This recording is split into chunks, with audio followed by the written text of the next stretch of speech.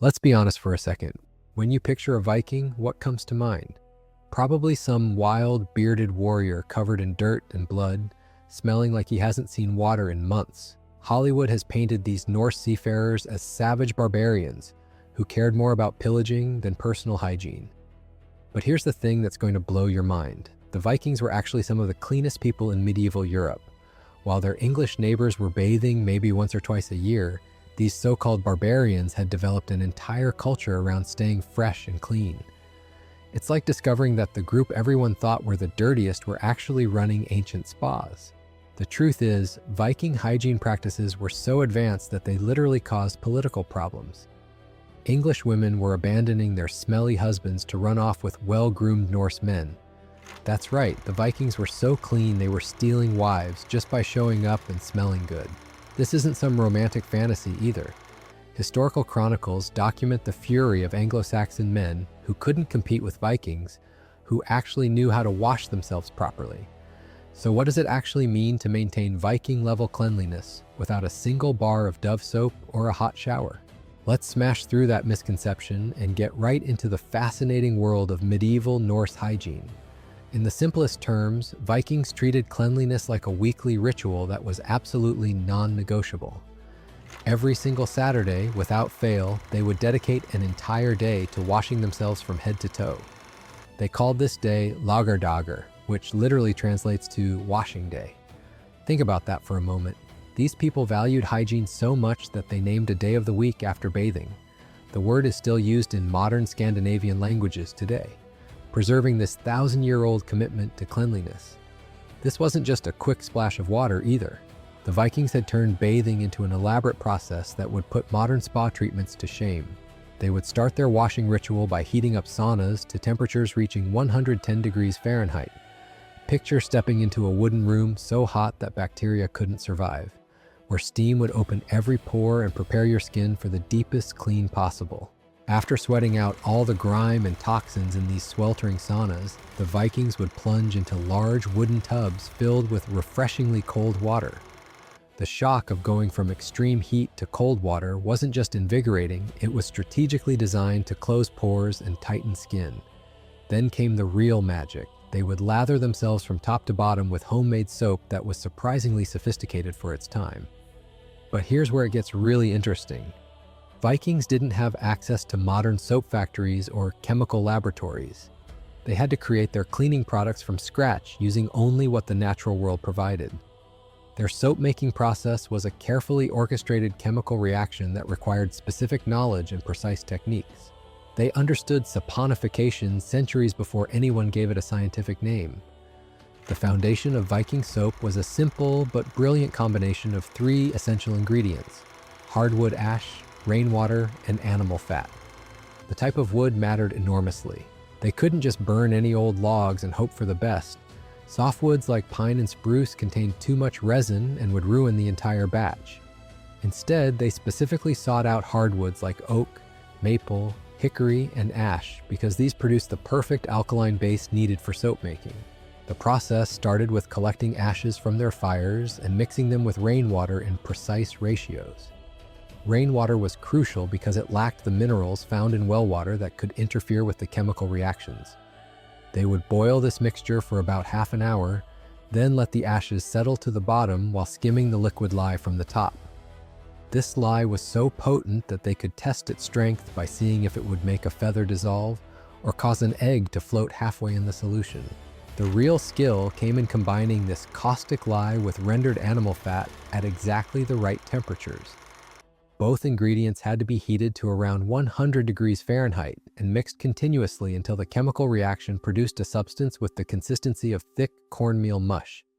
This mixture would then be poured into wooden molds where it would harden and cure into bars of soap that could clean both bodies and clothing effectively. What's absolutely mind-blowing is that this homemade Viking soap wasn't just functional, it was actually superior to what most people in medieval Europe were using, which was basically nothing at all. While the rest of the continent was living in filth, Vikings had mastered chemistry and turned Saturday into their personal spa day. The soap was just the beginning of their grooming arsenal. Vikings carried an entire toolkit of hygiene implements that would make a modern influencer jealous. Combs are literally the most common artifact found in Viking archaeological sites. Think about that. Not weapons, not jewelry, but hair combs. These weren't cheap plastic things either. Vikings crafted intricate combs from animal horns and bones, often with elaborate carvings that showed off their artisan skills. But it gets even better. They didn't just own these combs and leave them sitting at home. Vikings carried their grooming tools in small leather pouches attached to their belts, making personal hygiene a portable priority even while raiding or exploring new lands. Picture a fearsome warrior stepping off a longship after weeks at sea, and the first thing he does is pull out his ornate bone comb to fix his hair. That's commitment to looking good. Their grooming routine went far beyond just hair care.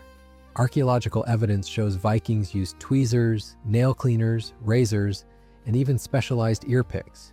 They understood that true cleanliness meant attention to every detail. After their weekly bath, they would systematically work through their entire body with these tools, trimming beards, cleaning under fingernails, and removing any unwanted hair. This wasn't vanity, it was a cultural standard that everyone was expected to maintain. The Vikings even figured out hair bleaching centuries before it became trendy. They created an incredibly strong soap specifically designed to lighten their hair because blonde was apparently the most desirable color in Norse society. Imagine walking into a medieval salon run by Vikings, where they're using caustic lye solutions to give each other highlights while discussing their latest raids across Europe. Natural water sources became their outdoor bathhouses.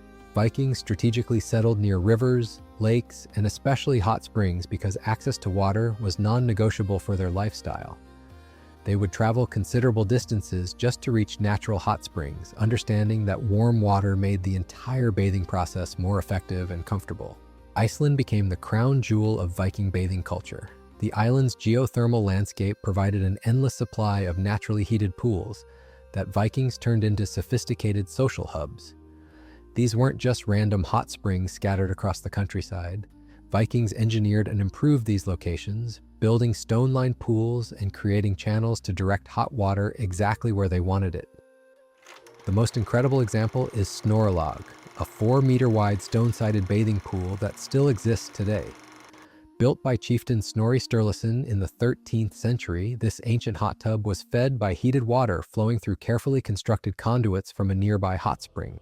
The engineering involved shows Vikings weren't just using what nature provided, they were actively improving it to create the ultimate bathing experience. These Icelandic hot springs became community gathering places where Vikings would conduct business, hold political discussions, and arrange marriages while soaking in naturally heated pools.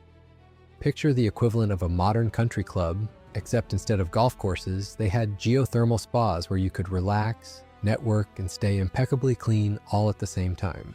The social aspect of Viking hygiene cannot be overstated. In larger settlements, they built dedicated bathhouses with separate rooms that could accommodate 50 men each.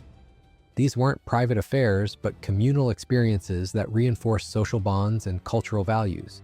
The fact that warriors would literally abandon military operations to attend their scheduled bath time shows just how seriously they took this commitment to cleanliness.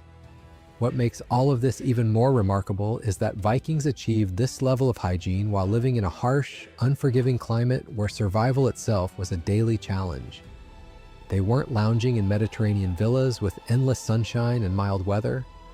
These were people battling brutal Scandinavian winters, crossing dangerous seas, and establishing settlements in some of the most remote places on Earth. Yet somehow, through all of this, they maintained grooming standards that wouldn't look out of place in a modern luxury spa. They understood something that the rest of medieval Europe missed entirely. Cleanliness wasn't just about health, it was about respect, social status, and personal dignity. The impact of their hygiene habits extended far beyond personal comfort. Chronicle after chronicle documents how Vikings' superior cleanliness gave them massive social advantages wherever they went. English noblewomen genuinely preferred these well-groomed foreigners over their own unwashed countrymen, leading to diplomatic incidents and even armed conflicts. So there you have it. The Vikings weren't the filthy savages that Hollywood wants you to believe. They were the clean freaks of medieval Europe, running circles around everyone else when it came to personal hygiene. While their neighbors were stinking up the continent, these Norse warriors had figured out chemistry, engineering, and social wellness all rolled into one incredible Saturday ritual. They took 3 simple ingredients and turned them into soap that actually worked. They built saunas that killed bacteria and hot spring resorts that doubled as political centers. They carried grooming tools like portable hygiene kits and made cleanliness such a priority that it literally caused international incidents. The same people who struck terror into the hearts of medieval Europe were also the ones showing up to battle smelling like they'd just stepped out of an ancient spa. The next time someone tries to tell you that people in the past were dirty and primitive, remind them about Laugardagr.